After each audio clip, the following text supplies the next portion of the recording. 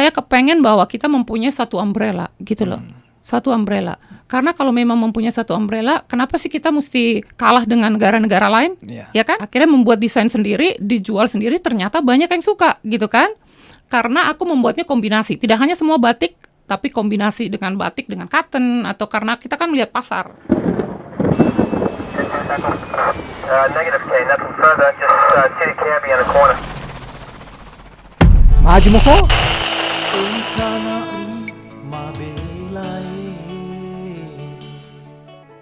Fanny Tusignan. Is it? Ya, betul. Oh, really? Okay. Well, terima kasih. Okay. Welcome, Kak. Welcome. Thank you. Aduh. Thank you for having me. Let me take out this Please. before kita ngobrol lagi. Wah, ini Pak, ini namanya patuh protokol ini namanya. Iya, kita harus Has ya. to, right? Thank you. Terima kasih. Bahasa Bugis terima kasih apa?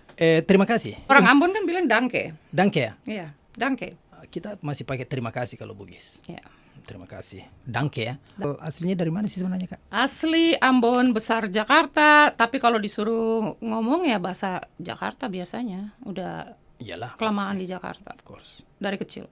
Oh, tapi lahir di Ambon ya? Lahir Ambon, numpang lahir. Numpang lahir? Numpang lahir.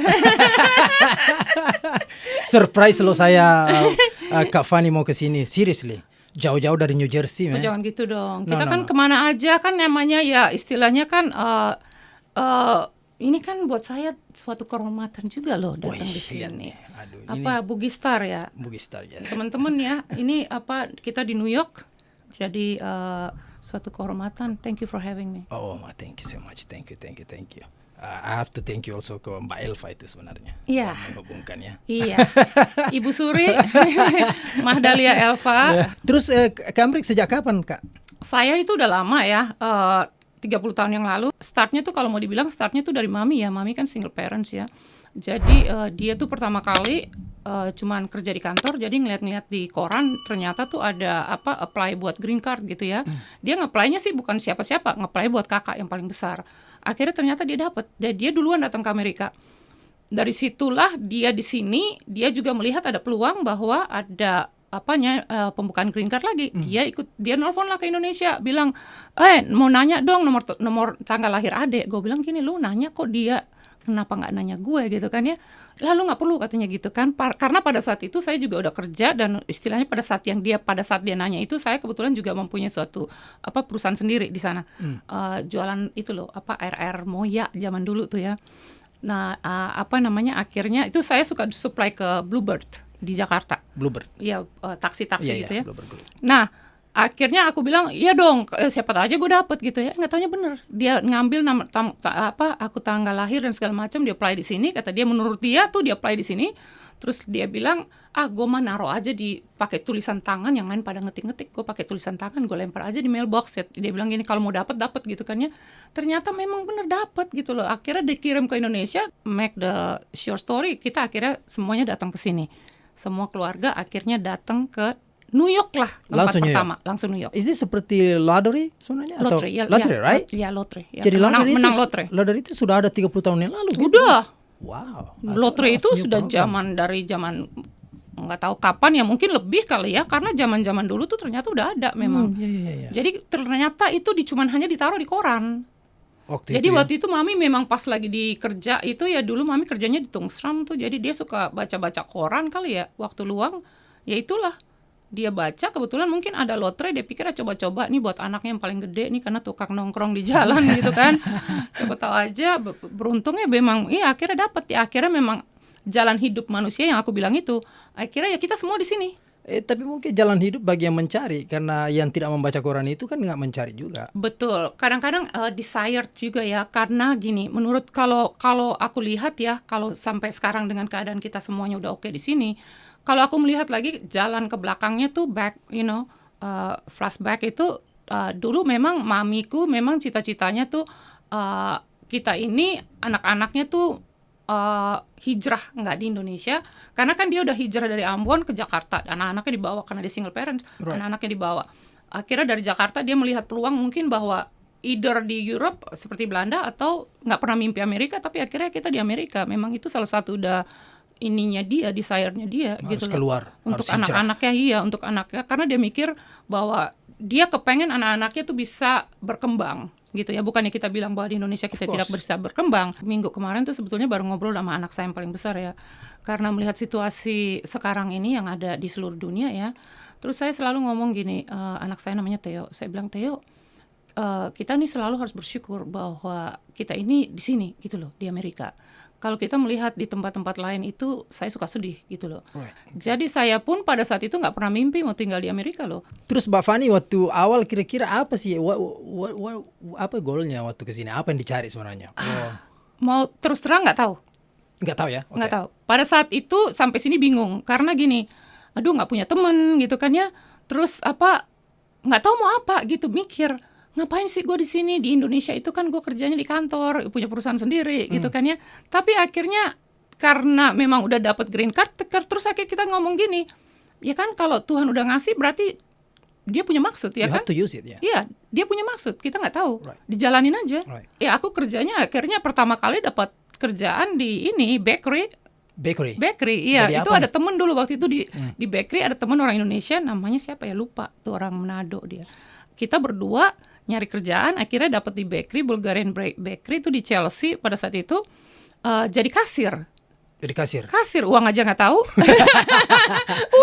Bingung nih lihat dime, nickel, penny. Aduh, mau liatin satu-satu dihitung. Untungnya tuh pada saat itu kita customer itu banyak kan orang tua. Jadi mungkin santai ya. Jadi tempatnya tuh istilahnya dia cuma jualan kopi dan pastry. Dan akhirnya memang mungkin bukan kebetulan sih, memang bosnya juga baik sih ya. Jadi memang sudah diatur sih ya. Akhirnya dalam waktu 1 tahun aku bertahan di bakery itu ya. Dan akhirnya mereka mau pindah karena waktu itu kita dipindahin dari Chelsea, dipindahinnya tuh ke depannya World Trade Center, Fulton Street kalau nggak salah, yang Old World Trade Center. Nah di situ dia punya bakery-nya besar banget, tapi nggak terlalu laku di situ. Akhirnya dia mau nutup, dia mau pindah. Tapi waktu dia mau pindah, aku mikir udahlah, aku nggak mau pindah sama dia gitu, karena mau dipindahin ke Queens kalau nggak salah. Akhirnya aku punya prinsip lucunya gini, bukannya aku bilang Queens kenapa, Brooklyn gimana, aku aja tinggalnya di Staten Island. Right. Cuman aku selalu punya di otak aku ditanamkan gini, kalau lu mau kerja selalu di Manhattan gitu pikirannya. Lucunya gitu, aku udah punya ini ya, Okay. udah diterapkan gitu ya. Jadi pada saat dia mau pindahin ke Queens, aku bilang enggak, aku berhenti. Terus akhirnya narik kerjaan lagi, dapat lagi kasir lagi gitu kan. Di New York Presbyterian Hospital itu dia punya seperti kayak bukan mau dibilang restoran, terlalu kecil gitu ya. Nah di situ 70 Street dan York Avenue. Aku di situ bertahan 12 tahun dari kasir menuju ke telepon girls, akhirnya menjadi manajer. 12 tahun. 12 tahun di situ. Akhirnya memang dasar pengen melihat orang, karena udah seneng dandan, seneng gitu kali ya, seneng udah berpakai jewelry ya, ini dari dulu begini You're gitu loh. stylish, yeah, I know. Yeah, this is my style gitu kan ya. Terus akhirnya pada tahun itu aku 12 tahun udah bosen juga kali, akhirnya pikir gini, udahlah gue ngambil sekolah deh, ngambil cosmetologist waktu itu. Dulu namanya tuh masih Learning Institute Beauty and Science tuh di 34 Street, daerah dekat Macy's gitu ya. Nah akhirnya aku di situ lulus, sekarang sih Empire Beauty School. Nah aku lulus di situ dengan ya punya ijazah sebagai cosmetologist. Lucunya nggak pernah mau kerja dengan beauty, istilahnya salon atau apa gitu, aku malas gitu loh. Karena aku gini, udah terbiasa kerja di restoran semuanya cowok. Terus aku ngeliatin kalau di salon nih cewek semua, cek gitu kan ya. Terus aku mikir gini, aduh apa ya gue betah di situ ya. Udah akhirnya karena pada saat yang aku kerja 12 tahun itu kan Greek yang punya ya, orang Greek ya. Jadi mereka itu rupanya Greek, dan Greek itu mungkin punya koneksi ya. Tiba-tiba aku dapat telepon dari Greek agency. Dia bilang, Fani lu ngapain? Aku bilang gue nggak ngapa-ngapain, lagi sekolah nih, aku bilang gitu. Dia bilang ada restoran, bosnya punya 3 restoran, kamu mau nggak kerja di situ? Aku bilang gue lihat-lihat dulu deh gitu kan. Akhirnya nih di Lexington between 61st and 62nd. Depannya tuh ada Bolton's. Bolton's tuh tempat jualan baju ya. Aku tuh dapat appointment jam 12 siang. Aku tuh di situ jam 11 siang cuma ngeliatin doang, tau nggak, dari Bolton's. Ini restorannya rame nggak? Itu siapa ininya? Aku mau lihat dulu gitu kan, jangan sampai iya, terus tapi akhirnya masuk nggak tahu siapa ininya ya kan. Right. Aku cuman berdiri aja tuh mengamati. Akhirnya aku bilang oh boleh juga nih. Akhirnya masuk ke dalam di interview, ya udah kerja lagi gitu kan. Restoran itu tahun 2013 yang aku manage itu di Lexington terbakar tahun 2013 tanggal 7 Mei. Tapi bukan disengaja dibakar kan? Tidak sengaja dibakar. Itu lucunya gini, itu hari Selasa, aku inget banget ya kalau buka kalender di Google tanggal 7 Mei itu hari Selasa tahun 2013 karena aku inget baru gajian. Paginya tuh baru gajian.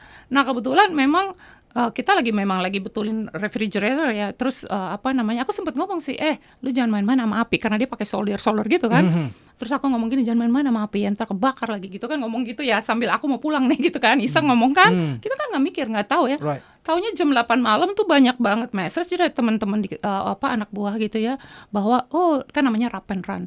Wrap and Run kebakar katanya gitu. Aku bilang lu jangan main-main lu ya. Gue baru dari situ pagi itu ya, baru gajian. Terus akhirnya adenya bos ya kan, waktu itu dia punya perusahaan 3, adenya juga megang di 79, aku megang 61, yang punya megang 57 di Park Avenue. Nah, aku ngomong gini, akhirnya si namanya George, dia nelfon, Van katanya, Wrap and Run kebakar katanya, lu datang ke sini besok pagi ngurus-ngurus gitu kan. Aku kaget juga ya. Gue bilang mampus, ngapain dong gue nanti nih. Akhirnya ya pada saat itu terpikir gini, 2013 nggak tahu mau ngapain lagi. Tapi si bos bilang gini, lu jangan kemana-mana katanya, gue perlu lu katanya, dia bilang gitu kan. Gue bilang oke lah. Akhirnya bertahan, dia bilang mau buka lagi November, itu Mei. Ternyata November nggak dibuka-buka. Akhirnya Januari big bossnya tuh meninggal karena dia sebelumnya tuh memang udah ada komplikasi ya, dia brain surgery, meninggal. Akhirnya tempat dia dijual. Kan selama ini kan selalu buat kerja di kayak bakery, restoran. Then why don't you have you ever open restaurant or cafe? I was thinking before. Tadinya memang rencananya begitu ya, tapi juga keuangan kan kalau kita mau buka restoran itu kan modalnya harus besar, tempatnya tempatnya yang penting gini, itu kan karena aku punya experience di situ, jadi tahu segala macam ya. Jadi istilahnya memang ada keinginan tapi bukan restoran, tapi hanya coffee shop. Itu memang udah ada dari dulu gitu, tapi Tuhan punya maksud lain kali ya. Jadi dari awal memang customer service dan managing ya. Yeah. Jadi basicnya sudah solid di situ sebenarnya. Berapa tahun itu? 21 tahun total. 21 years. So sekarang kan Van ini kan sekarang di fashion nih, kalau well known di New York City ya, apalagi di community Indonesia, you are yang selalu mengadakan fashion show, mendatangkan model-model yang keren ya kan. What make change?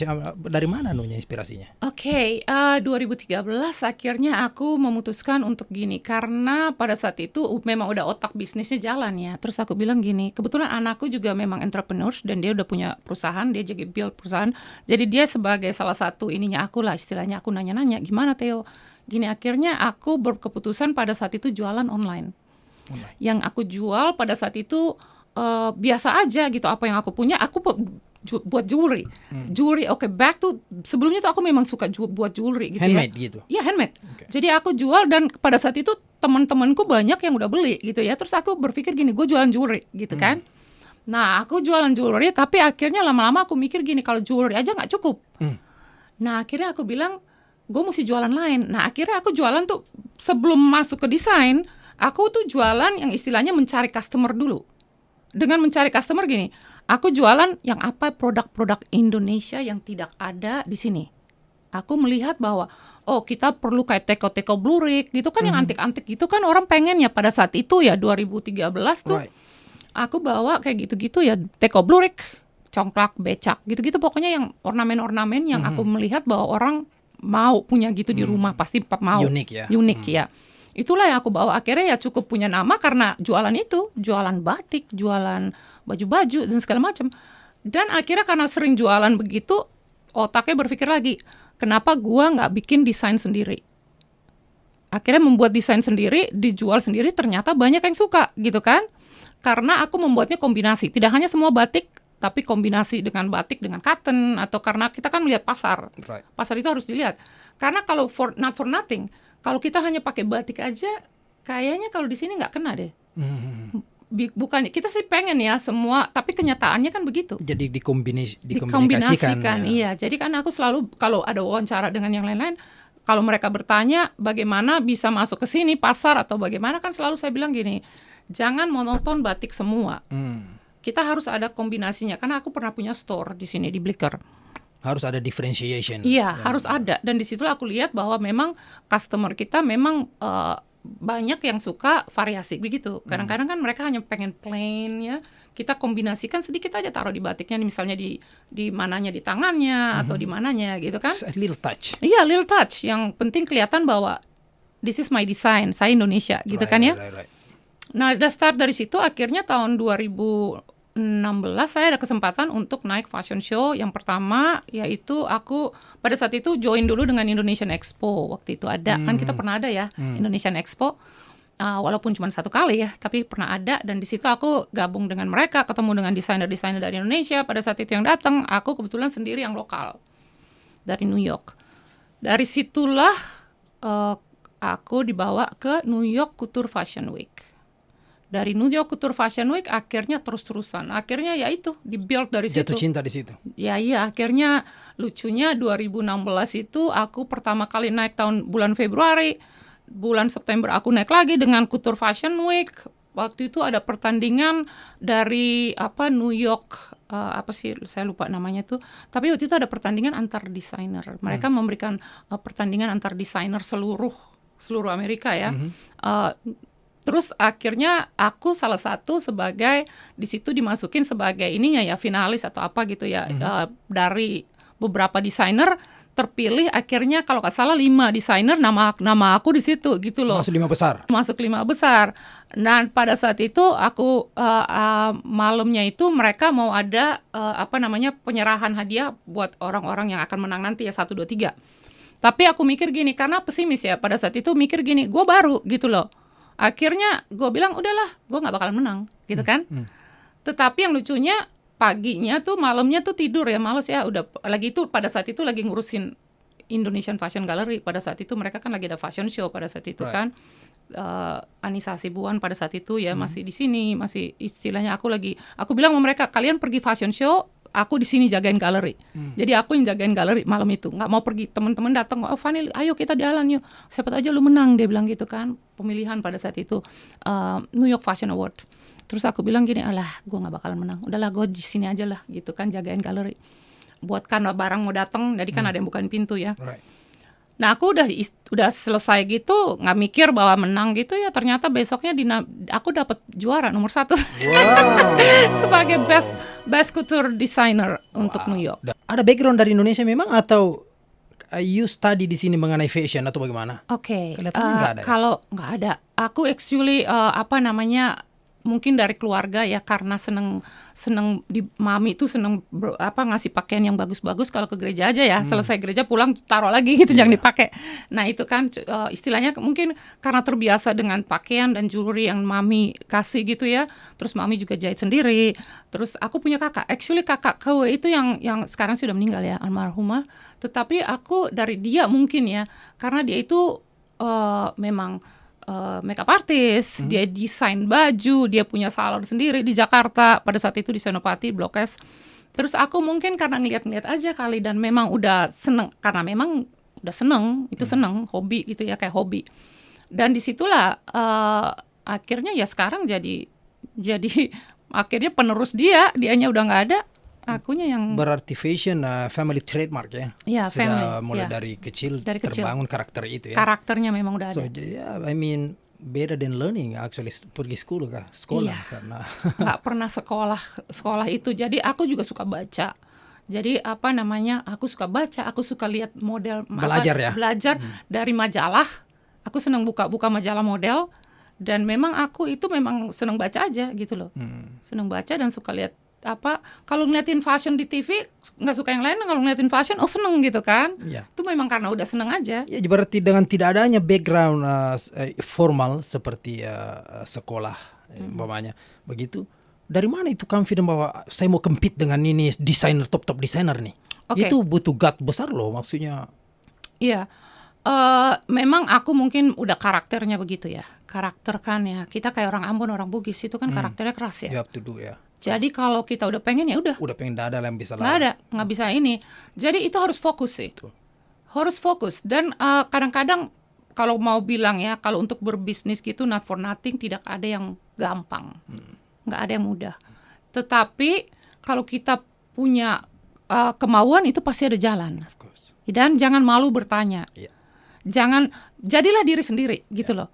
Jadi diri sendiri. Kayak aku kan gini, apa istilahnya, nggak bisa gaya kayak istilah Barbie gitu, nggak bisa. Memang udah tomboy begini, gayanya memang udah begini. Jadi walaupun aku di panggung pun selalu ya pakai jeans, pakai ini. That's your Kadang-kadang character, iya, asistenku kadang-kadang ngomong gini, ganti baju, jangan pakai. Kalau udah ada acara-acara fashion di mana-mana diundang gitu ya, terus aku bilang, gue datang ya, Andrin kan ini ya, tahu Andrin ya. Andrin tuh fashion koordinator aku ya. Dia itu selalu bilang, Fanny, I don't wanna see you with your jeans. Tapi ya kadang-kadang aku memang suka comfortable-nya dengan begini. Yeah, gitu that's loh. who you are, right? Oh, yeah, that's Be me. yourself, that's right. Ya. So aku selalu bilang kita harus mempunyai motivasi apa yang kita mau ya, dan jangan dengar orang lain. Decision itu semua dari kita. Yeah. Jangan mendengar orang lain. Jadi Betul. if you believe in, just go ahead, do Yes, it. You know, just do it. Nobody cares at the end of the day. It's Yeah, you, right? yeah. Yeah, but I agree 100%. Apa tantangan yang paling susah waktu itu? Tantangan yang paling susah itu sebetulnya ya hanya keuangan kali ya. terus terang itu orang kan nggak tahu ya bahwa saya ini berjuang tuh dari titik nol ya. Dari titik nol, dari saya mulai dari istilahnya pada saat itu waktu New York Fashion Week heboh-hebohnya di Manhattan, saya buatnya tuh di Queens gitu ya, di tempat yang istilahnya mereka New York Indonesian Fashion Bazaar, Food Bazaar itu ya, di situ. Itu startnya dari situ. Dan di situ pada saat itu, tapi saya karena memang sudah membangun dasarnya itu, saya udah ada gitu ya, untuk membangun production. Right. Production ya, karena 2017 itu saya bangun production International Fashion Arts Week itu tahun 2017 baru. 2017. Okay. Dan itu berdasarkan kalau mau dibilang kekecewaan dengan yang lain-lain banyak. Saya kecewa banyak. Okay. Kecewa itu banyak sekali karena pada saat itu sebagai seorang desainer saya naik di fashion show ini, fashion show itu. Saya naik fashion show mungkin ada sekali 50 kali udah ada gitu di New York ya. Bukan hanya di New York, saya ke Kanada, saya ke Eropa gitu ya. Dan kekecewaan itu kenapa? Ketika mereka berjanji. Ketika kamu ke produser ini, dia janji bahwa kalau kamu bayar sekian, nanti kamu masuknya saya akan promosiin kamu gini. Ternyata itu kenyataannya itu tidak ada. Di situ saya kecewa berkali-kali gitu ya. Terus saya mikir gini, ngapain gue buang-buang duit sama lu? Right. Bikin aja gue sendiri, gue bisa kok gitu kan.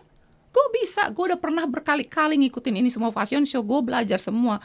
Dan di situnya kita belajar. Ada ide di situ. Ada ide di situ, akhirnya aku bilang gini, idenya tuh pertama karena kekecewaan, terus akhirnya aku bilang gini, gue pengen bikin production yang tidak akan seperti dengan production yang lain. Berarti gue harus jujur dengan desainer gue. Apa yang gue tawarkan itu yang harus ada, itu kan. Jadi selama itu yang aku terapkan gitu loh. Kalau memang tempatnya pun aku kan kayak pertama kali bikin di sini ya, itu dengan modal nekat istilahnya 3 hari gitu ya. Pada saat itu kalau aku bilang itu gagal, buat aku gagal. Tetapi kalau memang kita sudah diatur buat jalan ini, itu Tuhan akan membuka jalan buat dengan segala macam cara. Of course. Iya. Dan lucunya pada saat itu, walaupun tempatnya hanya di Queens, itu heboh kenapa? Pada saat itu aku di cover sama National Television, New York TV1. TV1, yes. Iya. Dan lucunya, aku juga pada saat itu membawa tenun Nambo dari Sulawesi Tengah. Dan Pak Bupati langsung datang pada saat itu di situ. Dan itulah aku bilang gini, wah Tuhan, kamu itu hebat. Sebagai seorang sutradara yang paling hebat. Tuhan itu kalau kita istilahnya gini, aku nggak religious loh. Cuman aku percaya bahwa apa yang Tuhan udah kasih ke kamu itu, istilahnya gini, kalau doornya, pintunya udah dia kasih, itu nggak ada yang bisa nutupin. Nggak ada. Dan aku percaya kalau dia ngasih ke saya nih pintu, kamu Fanny jalanin. Tapi kamu harus benar-benar istilahnya gini, dia kan maunya kita jujur ya. Aku bilang balik lagi kejujuran dan ketaatan kita aja ya.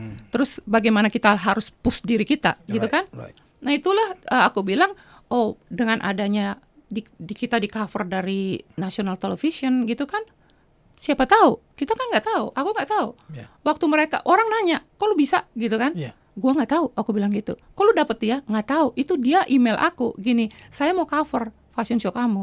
Aku pikir ya cover aja gitu kan. Yes. Gua mau welcome sama siapa aja Yes. gitu kan. Terus begitu dia datang, lucunya gini, itu Shannon Ferry itu, dia itu kan anchornya ini ya, New York TV One, New York ini, Yeah. television. Yes. Shannon Ferry, sampai sekarang kan dia masih anchor ya. Yes. Dia itu datang pada saat itu untuk wawancara. Yang lucunya gini, gue nggak kenal dia. Dan pada saat itu gue nggak tahu siapa dia. Datang itu kamera besar-besar ya. Gue mikir gini, karena gue dibilangin ya, one woman working ya, One woman show Iya. ya. Jadi kan gue bingung, sibuk ya, mesti ngurusin ini, ngurusin itu. Walaupun kita punya tim, tapi kan mereka tergantung dari kita komandonya apa ya kan. Dia nggak tahu kalau Mbak Fani nggak bilang, oh gini. That's the reason why you are the customer service for 21 years. Managing people, manager itu kan managing people, managing things, managing operation. Iya. Ini fondasi ini. Without that, you cannot do that stuff. Probably. Ya kan? You know what Yeah. I mean? In those experience, inilah hasilnya gitu. Iya. Otherwise you cannot do it. Orang yang tidak terlatih ketahuan kok. Iya ya. For sure, 100%. Orang yang pernah melakukan hal-hal kecil yang dulu mungkin dia tidak willing, why I have to do this? What is good for me? Yeah. In 10 years you don't know apa yang kita hadapi. Begitu chance ini ada, if you not prepared, somebody else gonna take it, right? Betul. Ya nggak? Betul juga. Mungkin jalan hidup ya 21 tahun sebagai walaupun nggak seluruhnya manajer ya. Aku pernah di telepon, aku pernah taking care semua catering gitu ya. Pada saat itu kalau mereka ada yang nonton mungkin ya dari New York Presbyterian Hospital atau dari Hospital Special Surgery, dan itu mereka kalau tahu nama Fani pada sekitar tahun 90-an ya. Itu aku taking care yang namanya Hospital Special Surgery itu kalau dokter cuma telepon begini aku udah tahu. Listen by tone, Yeah. the tone-nya Yeah, you can voice-nya sense aku tahu. karena sudah wired di Udah situ. iya. Wow. Dan lucunya waktu kalau mereka ada catering mau ada acara catering gitu selalu nyarinya aku kan. Terus aku udah tahu cara sistemnya, udah tahu. Misalnya aku suruh begini, ada yang namanya Marsha tuh, dia salah satu manajer di kalau nggak salah Hospital Special Surgery X-ray Department atau aku lupa pada saat itu ya. Dia selalu ngirim gini, daftar itu udah ada ditulis di fax ya. Terus kalau nggak dia bawa sendiri. Ini Van, ini gue daftar lunch buat dokter atau apa nurse gitu ya. Udah ada. Misalnya dia lunchnya tuh, oke, this is cheeseburger, minumnya ini itu udah semua. Nah itu aku udah punya ini sendiri. Oke, kalau aku hitung dulu nih, cheeseburger berapa? Pakai lettuce tomato berapa? Pakai cheese aja berapa? Without this berapa? Aku udah hitung, semuanya dihitung. Oke, waternya berapa nih? Gue hitung. Nah itu aku udah tahu. Pokoknya sistemnya aku udah tahu gitu kan ya. Jadi itu membuat aku build itu tempat itu build-nya itu hanya dari delivery aja. Itu hebohnya di situ. Jadi istilahnya aku tuh sama bosnya tuh disayangnya itu gitu loh. Dan di tempat lain waktu aku pergi hanya 3 restoran selama aku di New York. Satu bakery, 2 restoran yang aku manage gitu kan. Tetapi itu sistem yang kita build. Dan sekarang dengan adanya fashion show, aku udah build, udah tahu gitu kan. Istilahnya udah ngerti, caranya tuh udah ngerti. Kan orang kalau pertama kali bingung ya. Bingung. Pada saat aku membuat pertama kali itu aku udah tahu, aku harus begini. Tetapi kan karena kita juga nggak punya duit banyak untuk menyewa orang atau untuk ini, jadi akhirnya lebih banyak pekerjaan yang kita buat sendiri. Dan yang penting-penting aja yang kita bayar gitu kan.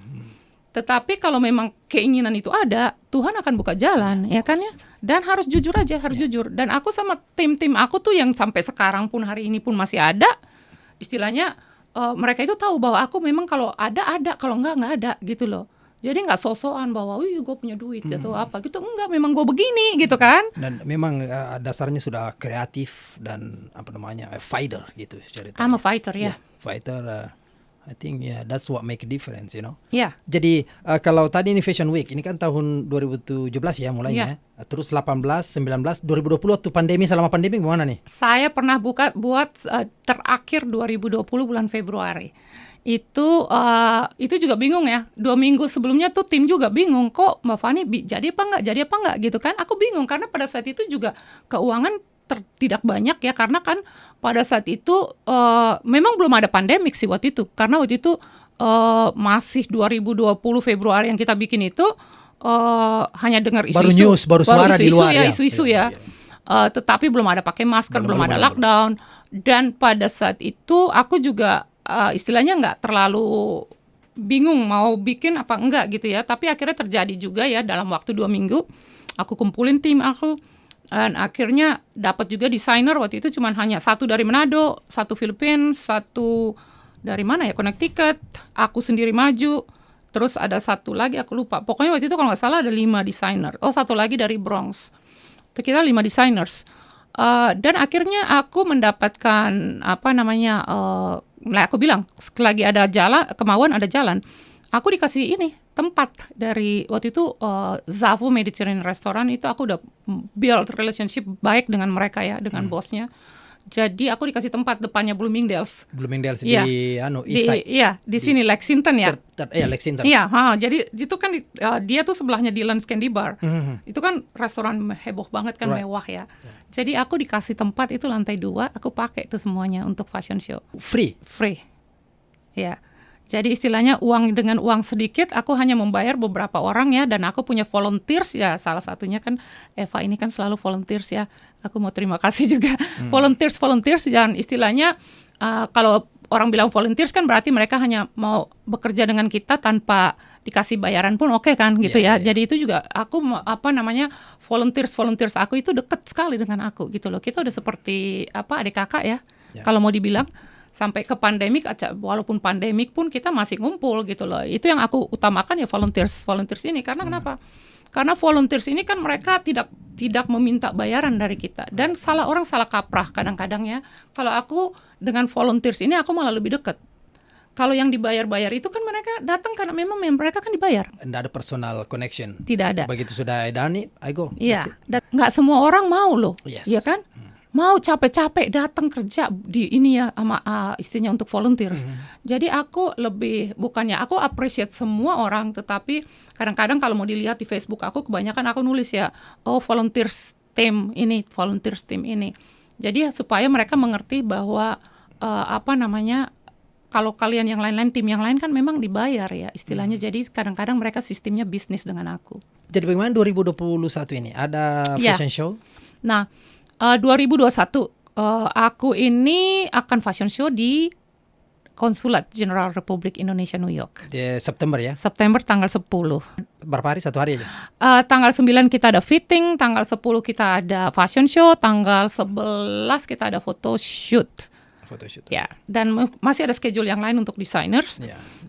Ya, tapi untuk 1 hari aja, dan memang kita istilahnya diberikan tempat yang ini ya dari konsulat. Saya mau terima kasih juga sama konsulat ya, Pak Arifi dan staff ya, Ibu Endang. Ini kita disupport sekali gitu ya dari konsulat untuk membawa desainer-desainer Indonesia. Nah sekarang ini beda, bukan internasional lagi. Apa ini? Namanya berubah menjadi New York Indonesian Fashion Week. Jadi fokus di Indonesia.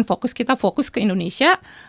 Makanya ini baru pertama kali akan ada New York Indonesian Fashion Week. Tidak pernah ada before.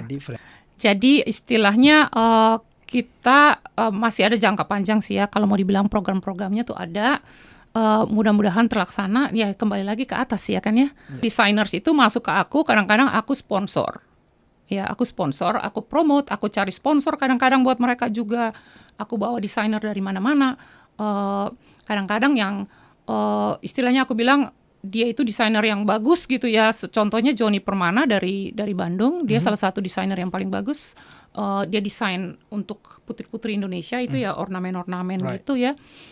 Masuk ke sini juga pernah kita pernah promosiin, sponsor ya. Aku dibantu dari Nusantara Box. Iya, Mas Tasan ya, terima kasih Mas Tasan. Jadi istilahnya sampai hari ini pun mereka masih sponsorin aku ya dari Nusantara Box, Broadway Energy kan yang punya Mas Tasan ya. Jadi aku bilang sekarang selama ini ya kita punya dari Indonesia nya, dari Bandung masuk tim dari Bandung itu dan salah satu tim di Bandung ini menjadi tim saya juga, yang kantornya juga kita punya New York Indonesian Fashion Week, kantornya juga ada di Bandung sekarang. Jadi kita buka cabang juga ada di Bandung, dan kita buka juga di Jakarta, dan pusatnya memang di New York. Tetapi untuk New York Fashion Week, Indonesian Fashion Week sendiri ini kita akhirnya menjadi lebih besar ya dari International Fashion Art Week. Kenapa saya bilang lebih besar? Karena tim kita akhirnya lebih kuat.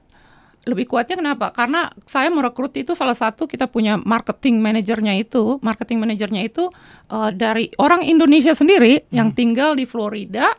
Dia itu juga salah satu manajer di salah satu istilahnya perusahaan besar Amerika, dan dia memang menjadi salah satu tim kita untuk New York Indonesian Fashion Week. Dia marketing manajernya. Terus di Bandungnya kita juga ada salah satu jadi menjadi head untuk tim di Indonesia. Namanya Kang Irsan kalau nonton nanti di share. Share. Nah, itu dia juga salah satu istilahnya punya background yang bagus, dan akhirnya kita punya tim di sini, kita punya tim di sini. Di Jakarta aku juga punya tim untuk merekrut designers juga ada. Jadi kita rekrut desainer itu bukan hanya istilahnya kita melihat bahwa apa yang mesti dibawa di sini, apa aja yang harus kita lihat marketnya di sini, gitu kan ya? Karena kan dari selama ini kan kalau kita lihat market kita di mana? Coba Indonesia, ya kan? Memang semua orang pengen ya istilahnya membuka market di sini. Tetapi kita kan harus bisa melihat bahwa keinginan publik itu apa, ya kan ya? Itu yang harus dilihat. Alright. Ya kadang-kadang kan kita sebagai desainer, aku sebagai desainer kadang-kadang kalau mau desain akhirnya nggak laku karena yang publiknya maunya begini. Kamu desain visi kamu begini, gitu kan? Jadi karena dua yang bertolak belakang. Target audiensnya yang harus tepat. Betul, itu yang harus kita lihat. Maunya apa mereka gitu. Jadi orang Indonesia pakaian apa nih? Pakaian ada yang adat, ada Enggak, semuanya visi-visi dari desainer New itu. Ya, new design. New Okay, design. new Ya design. seperti New York Fashion Okay, Week. got you. Cuman hanya bedanya kita lebih banyak orang Indonesianya. Tetapi juga kita juga tidak memberikan kita tidak menutup untuk desainer dari luar negeri untuk masuk juga karena kita perlu network. Jadi dan saya udah atas izin dari Konsulat Jenderal Republik Indonesia sendiri, saya boleh membawa desainer juga dari luar karena saya punya klien-klien dari luar yang mau masuk. Right. Jadi saya bilang kalau mereka masuk dengan desainer kita kan punya network. Maybe they learn something, right? Iya. Wow. Dan desainer saya dengar-dengar nih ya. Mau nggak kan dengar secret? Juga Bisik-bisik aja biar nggak dengar orang. Bisik-bisik. Tahun depan juga kita akan ada desainer kalau nggak salah lahir di Makassar, kalau nggak salah orang Bugis. Nanti ada. Ya. Lihat tuh guys, rahasia dibocorkan cuma di sini. Di sini podcast dong ya, ini. di podcast. Ya, jadi Ya. hati-hati guys. Jadi istilahnya saya juga seneng ya karena kita juga makanya saya bilang selalu harus jujur. Apa yang kita berikan itu ya mereka datang lihatnya itu gitu ya. Jangan sampai kita bilang gue mau fashion show nanti ada photoshoot tiba-tiba nggak ada gitu kan. Nah itulah yang saya bilang terapkan apa yang kamu tawarkan itu yang harus kamu kasih gitu loh. Jangan dirubah. Ya kan apapun yang terjadi resiko. Yeah. Kamu mau rugi, kamu mau untung, kamu mau apa? Karena udah apa yang kamu ngomong itu yang di Bisnis iya. begitu Iya, jangan. harusnya, tapi Iya, kan betul. banyak orang kan That's how. iya, banyak kan gitu kan ya dan Itu. akhirnya ya kita bilang selalu belajar dari kesalahan, memaafkan harus gitu ya, tapi harus tetap jujur. Give second chance ya. Iya. Jadi ya, I'm excited nanti ini 2021 ini maybe go over there. But okay, maybe ini last ini. Kita kan dulu ketemu di IFG ya. IFG ya. IFG di ya. 31 ya. 31 Street. Ya. Saya sama Pak Egi Masadia ke sana Ya. sama teman-teman. Mas Egi.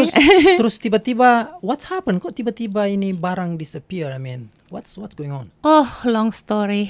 So, back to saya nggak suka ngomong bahwa apa tujuan mereka pada saat itu, tapi kadang-kadang yang aku ngomong itu orang nggak percaya gitu loh. Jadi aku tetap dengan pendirian aku sendiri.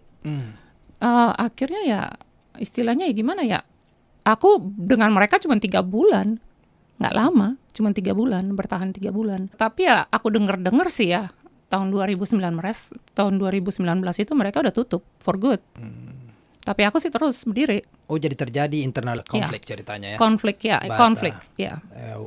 Kira-kira Prinsipal. banyak pengalaman yang Ya. dipetik di situ. Iya, banyak pengalaman yang kita petik ya. Kita ngambil bagusnya, kita ngambil buruknya, kita semua itu pengalaman itu. Jadi dari kejadian itu kira-kira apa yang bisa di share nih sedikit mengenai bilang what should you do and what should you don't do gitu apa kira-kira? Oke, selalu yang saya bilang tadi ya, istilahnya jujur. Jujur. Okay. Dan kepercayaan itu paling penting di bisnis. selagi orang sekali kamu tidak dipercaya, itu kamu tidak akan pernah bisa dipercaya. Ya kayak broken glass, kalau gelasnya itu udah broke, walaupun di fix dengan glue kayak apapun masih ada tanda retak-retaknya itu kelihatan, gitu kan ya. Jadi itu selalu kepercayaan itu paling penting. Paling penting. Kalau kamu janji A, berusaha membuat itu A, jangan janji A terus dikasih C, gitu kan ya. Itu yang paling penting. Right. Ya. Dan kalau tidak bisa ya ngomong apa adanya. Ngomong baik-baik. Iya, ngomong begini. apa adanya. Istilahnya, oh gue nggak bisa gini, atau gue nggak punya duit, ya atau gue nggak gini. Itu kan kita bisa berembuk ya, exactly. berembuk. Itu selalu pasti ada jalan. Kalau kita mau terbuka dan kita mau juga mengakui kesalahan, jangan menganggap bahwa gue menang, gue ini, gue lebih baik dari lu. Kan enggak. Communication ya. Communication itu harus ada gitu, dan terus terang aja bahwa memang gue lagi bokeh nih Van, gitu kan istilahnya. Udah sama, aku juga kan, kita nggak, istilahnya saya ini kan bukan dari milioner untuk membangun bisnis ini. Saya ini dari nol gitu loh. Jadi saya ngerti gitu kan ya. Timnya aku pun ngerti. Timnya aku ini tim lama gitu loh. Jadi kita sama, timnya orang-orangnya sama. Cuman walaupun dari International Fashion Arts Week kita pindahin timnya ke New York Indonesian Fashion Week, tapi orangnya sama. Intinya yang penting disampaikan what is your problem. Ayo kita bisa diselesaikan kan. Betul, gitu. Kita ngomong gitu. Betul sekali. Supaya relationship tetap lanjut, jangan ada. Iya. Kita masih bisa bantu. Kalau sekarang ini udah you go on way, I go my own way kan gitu. Jadi not good for everybody. Right? Iya. Apalagi sama-sama orang kita ya, istilahnya gini. Sama-sama orang Indonesia, kalau bisa di sini, kalau saya itu senang membuka pintu.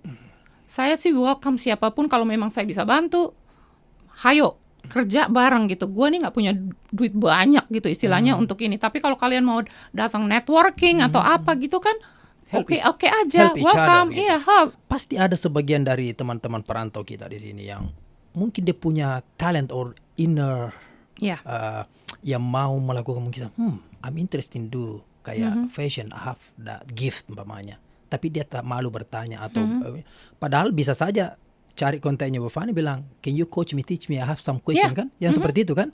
Karena that's all matter di sini kan? Iya betul. Saya memang kebetulan saya juga seneng ngajar. Itu salah satu yang saya suka juga. Dan kebetulan kebetulan saya sekarang ini lagi ada di New Jersey ya. Jadi tempatnya tuh besar juga ya. Istilahnya kita dikasih udah ditunjukin, oke, kamu tinggal di sini gitu kan dari yang atas. Nah, aku dengan tempat yang ini aku juga tidak mau menyia-nyiakan gitu. Jadi sekarang pun kita membentuk kelas untuk anak-anak. Jadi kita ada kelas bahasa Indonesia, ada kelas tarian gitu ya. Sekarang ini aktif? Agustus balik lagi tanggal 22. Kita balik lagi kelas lagi. Programnya jalan. Nanti kapan-kapan kita ke sana ya? Iya, ayo. Cek di sana. Ayo tanggal 22 yuk. 22 Agustus. Nanti kita maksudnya lihat, karena perlu banyak loh informasi yang kita tidak tahu. Ya kan begitu. Iya. Next generation, they should know what we do. Kita memang, aku sengaja, itu kan free. Jadi anak-anak itu siapapun datang, silakan. Kita udah start kemarin tanggal 17 Juli. Sempat di cover juga dari koran Indonesia ya. Dan saya juga udah saya utarakan juga dengan Pak Konjen, karena saya juga mau melibatkan seluruh anak Indonesia yang memang pengen datang, pengen belajar bahasa Indonesia. Kenapa saya merasa guilty? Yang mana anak saya sendiri tidak bisa berbahasa Indonesia. Jadi saya bilang, gue mau buka kelas untuk anak-anak Indonesia yang lahir di Amerika. Interesting. Siapapun dia, apapun dia, istilahnya kalau punya waktu datanglah di sini, kita akan ngajarin kamu bahasa Indonesia free. Semua yang ngajar orang adalah volunteers dari New York Indonesian Fashion Week. Jadi semuanya yang ini volunteers. Jadi kita ada tidak dari kami untuk anak-anak gitu loh. Jadi kita akan ngajar yang baru akan jalan ini hanya baru bahasa Indonesia dengan tarian Bali. Karena kebetulan salah satu penari Balinya tuh memang tim di situ, tim dari New York Indonesian atau dari awalnya internasional ya. Jadi dia ngajar memang dia penari Bali, dan kebetulan dia juga tim kita, dan dia juga punya waktu.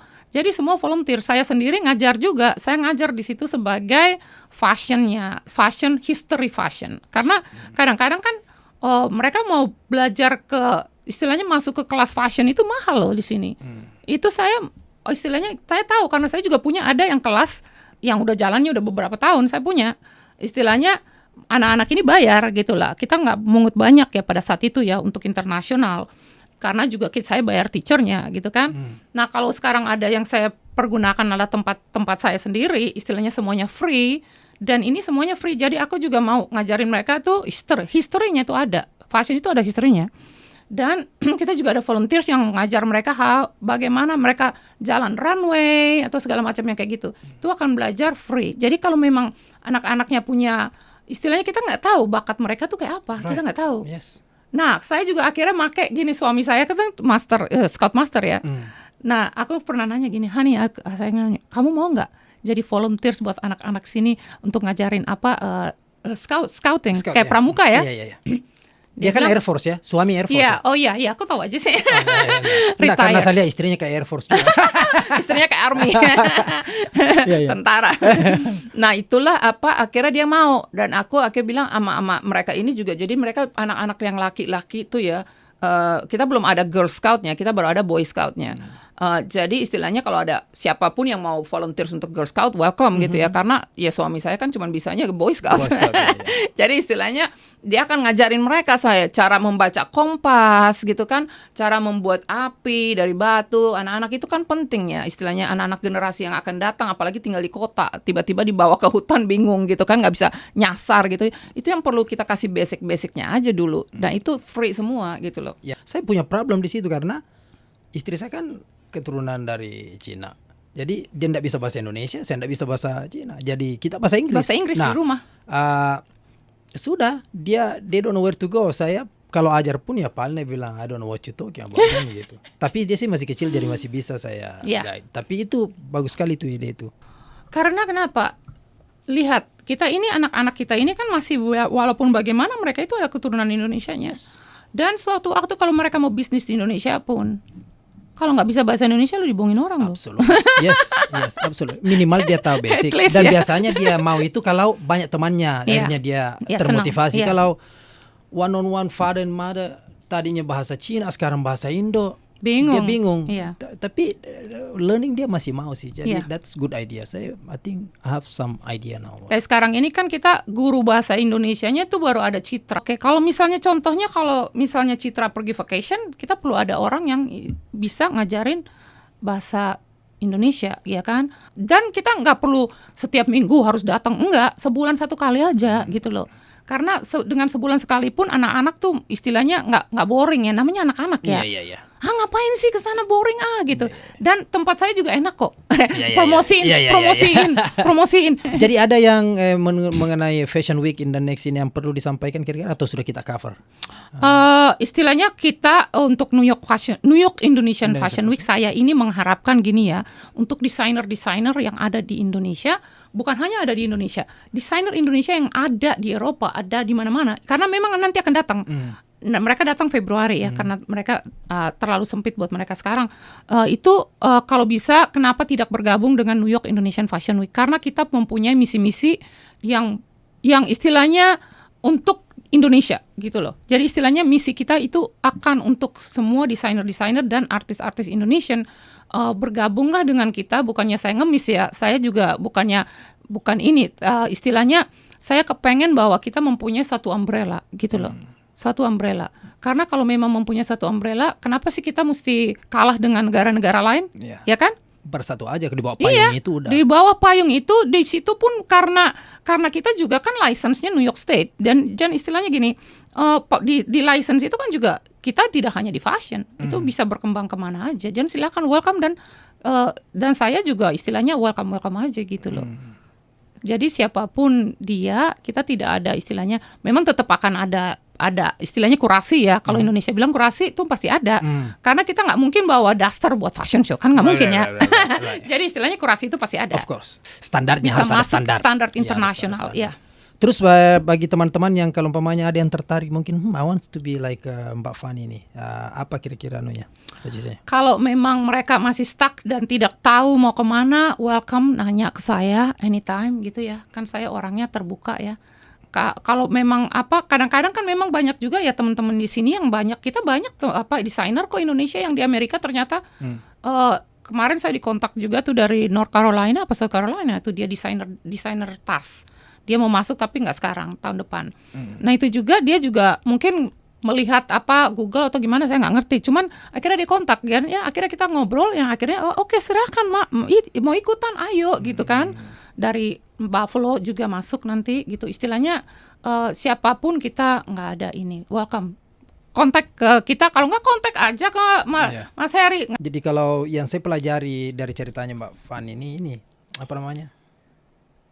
You can change if you just identify, look, cari, terus belajar, terus go ahead do it. You Yeah. can change, right? Karena otherwise teman-temannya masih banyak ya. Ada kira-kira teman dulu yang masih di cafe sekarang, atau dia masih sama aja sampai sekarang. Sama, Ya kan? sampai sekarang. You know what I mean? You the only one Yeah. willing to get out from that lane. Yeah. Then look, Yeah. salah satu maksudnya kalau teman-teman perantau di sini, wah, kamu sudah dikenal ya Mbak Fanny ya, fashion. Iya. Bangga ini apa namanya kayak Mbak Fanny ini. We need more people yang expose. Banyak sih yang kita tidak tahu. Iya, banyak cerita yang kita tidak tahu. Banyak background yang belum kita Belum, ya. tahu. Mudah-mudahan dari sini terpicu bahwa hey, I have something to tell. I wanted to share. Let's go. Ya.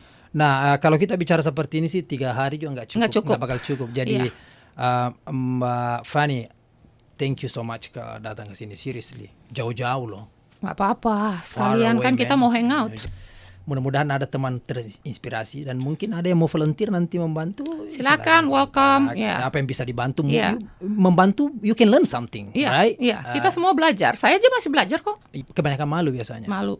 Karena merasa orang kadang-kadang gini, oh nanti gimana, nggak perlu takut, nggak perlu malu, let's go, let's just do it. Ya kalau ada punya keinginan, istilahnya, Mbak Fanny saya cuma bisanya gini, ayo gitu loh. Kita dengan kecil pun, kan semua startnya dari kecil baru bisa besar. Jadi Mbak Fanny ini baru tadi mereveal bahwa dia punya big space di sana. Dia berbentuk studio.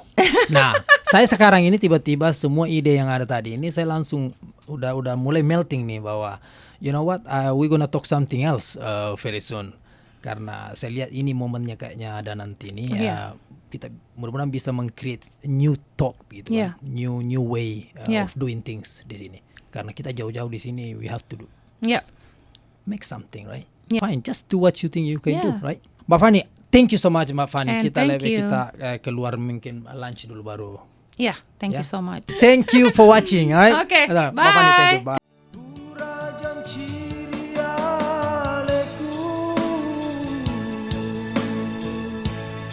Sing teruri hatiku,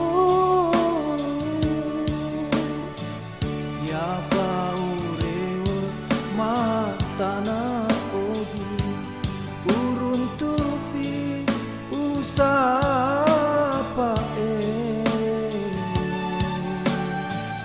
Indo ambo malebiku, aja tak peturan luar. Marilah uripu wangi na tebu